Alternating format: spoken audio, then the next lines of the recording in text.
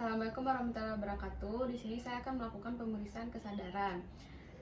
Yang pertama-tama saya akan melakukan inform consent. Assalamualaikum Ibu, perkenalkan nama saya Dr. Bella. Saya bertugas pada pagi hari ini. Di sini kita akan melakukan pemeriksaan kesadaran terhadap anak Ibu guna untuk mengetahui tingkat kesadarannya. Segala sesuatu yang saya dapatkan akan saya jaga kerahasiaannya menurut kode etik kedokteran. Bagaimana Bu? Apakah Ibu bersedia? Bersedia. Setelah ini saya akan melakukan pemeriksaan GCS. Yang pertama, Ibu, Bu, untuk mata nilainya 3. Lalu Ibu bisa angkat tangannya Bu sebelah kanan. Untuk motorik nilainya 6. Lalu Ibu tadi datang ke sini dengan siapa Bu? Masih ingat? Di mana ya? Ini di rumah sakit Bu. Oh, Tadi datanya masih ingat Bu sama siapa? nggak tahu. Untuk verbal nilainya 4. Lalu untuk pemeriksaan GCS ini pemeriksaannya nilainya 13. Assalamualaikum Bu. Perkenalkan, nama saya Dr. Bella. Saya yang bertugas pada pagi hari ini. Di sini kita akan melakukan pemeriksaan guna untuk mengetahui kelainan pada daerah selaput manajemen Ibu. Untuk nanti hasilnya akan saya jaga kerahasiaannya menurut kode etik kedokteran. Bagaimana Bu? Apakah Ibu bersedia? Ya, saya bersedia. Bersedia. Pertama-tama di sini kita akan melakukan pemeriksaan kaku kuduk sekaligus Brudzinski 1. Ibu, maaf ya. Tolong untuk pada saat pemeriksaan kaku kuduknya negatif, di mana pasien dagunya bisa mencapai dada. Lalu untuk Brudzinski 1 tidak terlihat adanya fleksi involuntar pada lutut. Maaf ya Bu. Pada saat kepala dirotasikan tidak terlihat adanya kudu kaku. Setelah ini akan dilakukan pemeriksaan Kernisign.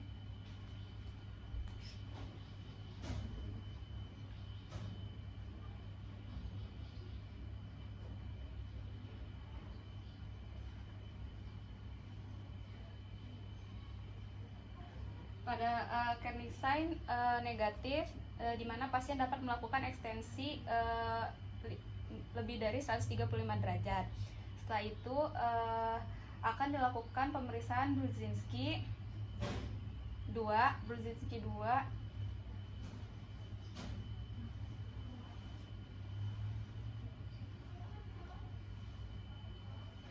Pada pemeriksaan Brudzinski 2, di saat salah satu tungkai difleksikan, pada sisi lain dari salah satu tungkainya tidak terlihat ikut menekuk.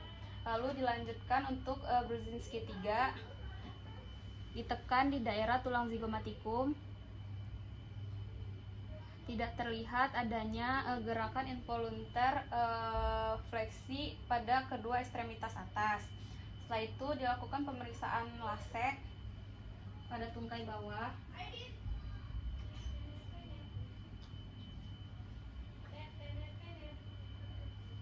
Pada pemeriksaan lasek ekstensi tungkai tidak terlihat adanya ekstensi pada tungkai bawah, ekstensi dari salah satu sisi kaki tungkai bawah, di mana kakinya masih bisa mencapai lebih dari 70 derajat.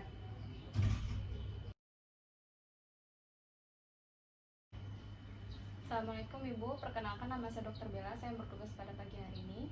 Di sini kita akan melakukan pemeriksaan refleks, fisiologis dan patologis guna untuk mengetahui apakah ada kelainan. Untuk hasilnya nanti akan saya jaga kerahasiaannya menurut kode etik kedokteran. Bagaimana Bu? Apakah Ibu bersedia? Assalamualaikum warahmatullahi wabarakatuh. Perkenalkan nama saya Dr. Bella. Saya bertugas pada pagi hari ini. Dengan Ibu siapa Bu? Ibu Anisha. Ibu Anisha. Di sini kita akan melakukan pemeriksaan refleks fisiologis dan patologis guna untuk mengetahui apakah ada kelainan. Untuk hasilnya nanti akan saya jaga kerahasiaannya menurut kode etik kedokteran. Bagaimana Bu? Apakah Ibu bersedia? Iya, saya bersedia. Bersedia. Pertama-tama kita akan melakukan pemeriksaan refleks fisiologis. Yang pertama ada refleks biceps, di mana dipukul pada tendo biceps.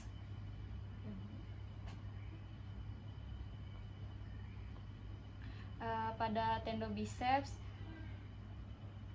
terlihat gerakan tidak ada gerakan hiper atau hipofleksi atau normal. Lalu untuk selanjutnya dilakukan pemeriksaan refleks triceps di tendo otot fossa olecranii.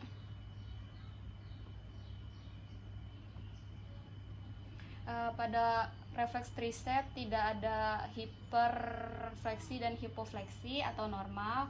Selanjutnya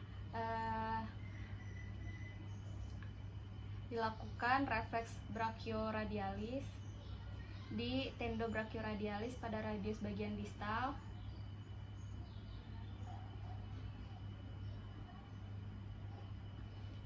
Pada refleks brachioradialis tidak terlihat adanya hiperrefleksi dan hipofleksi atau normal.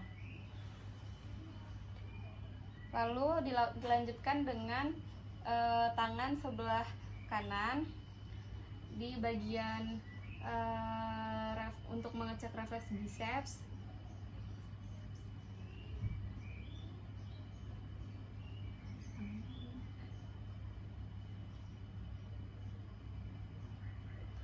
Pada refleks biceps tidak terlihat adanya hiper dan hipofleksi atau normal.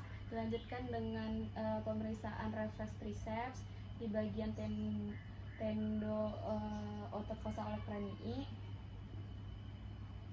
Pada refleks triceps tidak terlihat adanya hiper dan hipofleksi atau normal. Lalu dilanjutkan dengan pemeriksaan refleks brachioradialis pada tendo brachioradialis di radius bagian distal. Pada refleks brachioradialis tidak terlihat adanya hiper dan hipofleksi gerakan atau normal. Setelah ini akan dilakukan pemeriksaan refleks patella di tendo patella.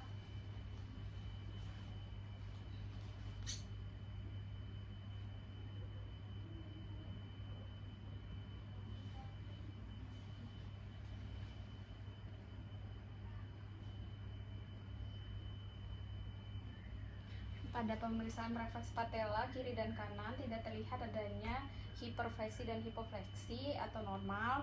Selanjutnya dilakukan pada refleks Achilles di tendo Achilles.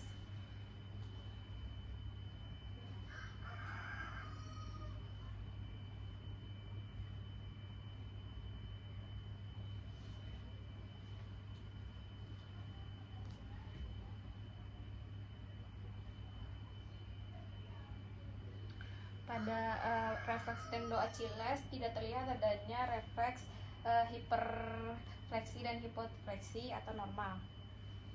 Selanjutnya akan dilakukan pemeriksaan refleks patologis. Yang pertama ada refleks Babinski. Pertama harus difiksasikan.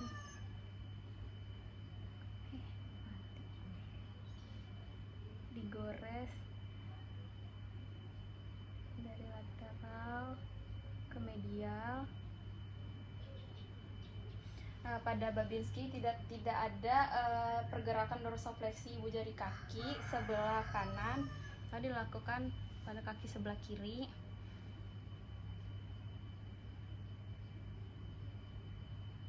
Dari lateral ke medial. Pada kaki kiri dan kanan tidak terlihat adanya gerakan dorsofleksi ibu jari kaki. Setelah itu dilakukan pemeriksaan open hem.